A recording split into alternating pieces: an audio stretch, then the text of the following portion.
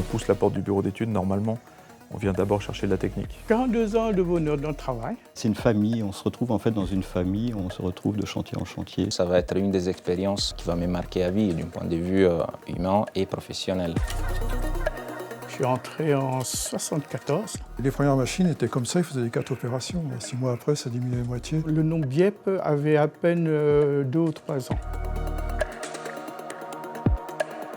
On a un bureau d'études intégré à l'entreprise. Donc très en lien avec les travaux, on n'est pas du tout déconnecté de la réalité. On va des tout petits projets en taille, quelques jours, à des projets qui peuvent durer 3 ans, 4 ans. Il n'y a pas une affaire plus importante que l'autre. Je pense qu'elles nous ont toutes fait progresser. Ouais. Les activités qu'on fait au BIEP permettent d'exercer tous les aspects du métier. J'ai fait la papeterie de Béguin. C'était que des éléments préfa. On avait des poteaux qui faisaient 28 mètres de hauteur. Et là, il ne fallait pas rater. Les dessinateurs de maintenant, ils vont rigoler. Parce que ça, c'était fait sur la table, sur la planche à dessin. Notre objectif, c'est parfois partir d'une feuille blanche, en raisonnant, bâtisseur, pour travailler avec des équipes travaux pour pouvoir trouver des solutions. Le travail que je fais, c'est un travail principalement collaboratif. C'est forcément beaucoup plus enrichissant, intéressant pour tout le monde de partager les connaissances et les compétences, les valoriser ensemble. Moi, je suis passionné par les travaux souterrains. Le Lyon-Turin, c'est un ouvrage majeur, hein, c'est un grand tunnel de 58 km. Il y a des moments plus forts, ce sont les percements. Quand on arrive au bout du chantier, quand on voit un front de taille, c'est un aboutissement, on va dire. J'ai beaucoup travaillé sur les projets d'aménagement au niveau des voies d'accès de la gare d'Austerlitz à Paris.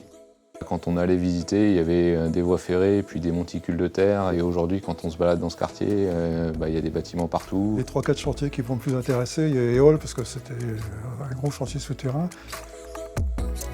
La gare du Nord, parce que les études se font sur, pratiquement en même temps que la durée du chantier. Donc on assiste régulièrement aux réunions de chantier, presque tous les semaines.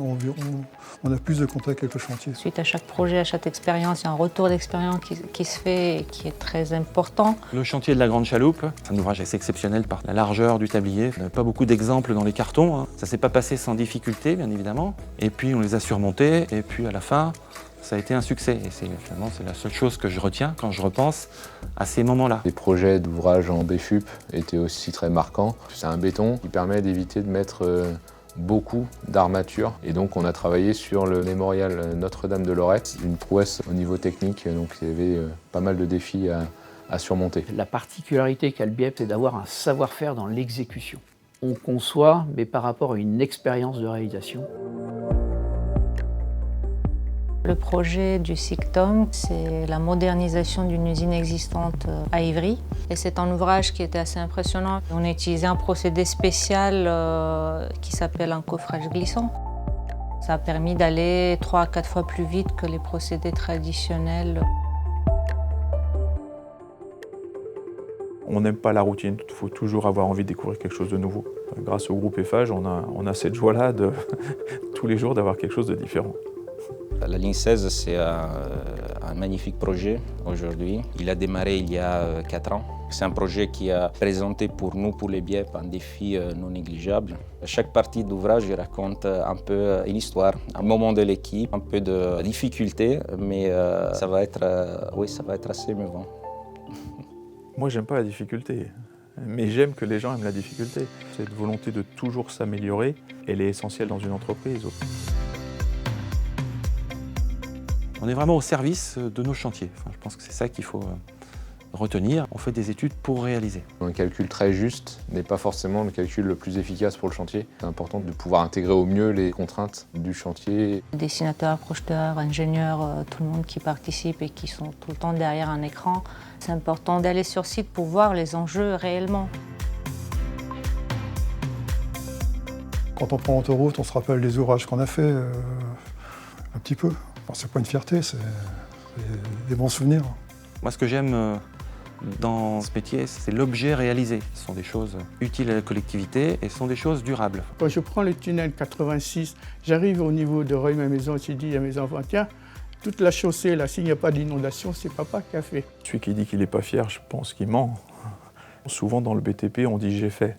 En fait, on ne fait rien tout seul, mais je crois que le sentiment d'appartenance et d'appropriation de la démarche fait quand même qu'il y a une vraie fierté. On est déjà engagé dans un chantier un peu pilote en Norvège où on fait absolument tout en 3D. Ça va se développer et on va essayer de continuer à être en pointe là-dessus. On a aussi vocation, vis-à-vis des enjeux environnementaux, à aussi porter des nouvelles solutions techniques. Et là, on est en train de travailler sur des projets pour proposer des solutions d'ouvrage complètement en bois. On est reparti sur des projets un peu d'envergure sur les aspects de travaux maritimes, que ce soit sur le port du Havre ou le port de Dunkerque. On ne dure pas si on ne se remet pas en question. Donc je pense que la longévité du bureau d'études, c'est sa capacité à se remettre en question. Avec toujours cette envie d'aller chercher des innovations. La force du BIEP, c'est son savoir-faire acquis depuis plus de 50 ans, dans tout type de projet. 50 ans, c'est-à-dire que c'est une réussite, c'est-à-dire que c'est reconnu, qu'il y a une certaine pérennité, et ça c'est très rassurant. C'est bien la preuve qu'on était jugé utile à la collectivité des phages. Ça signifie un bureau d'études qui a une longue tradition et qui porte aussi le savoir-faire des phages et les valeurs des phages. Et donc une fois que l'ouvrage est réalisé, c'est l'œuvre. On ne se souvient plus de la note ou du plan, on regarde l'ouvrage réalisé et ça suffit.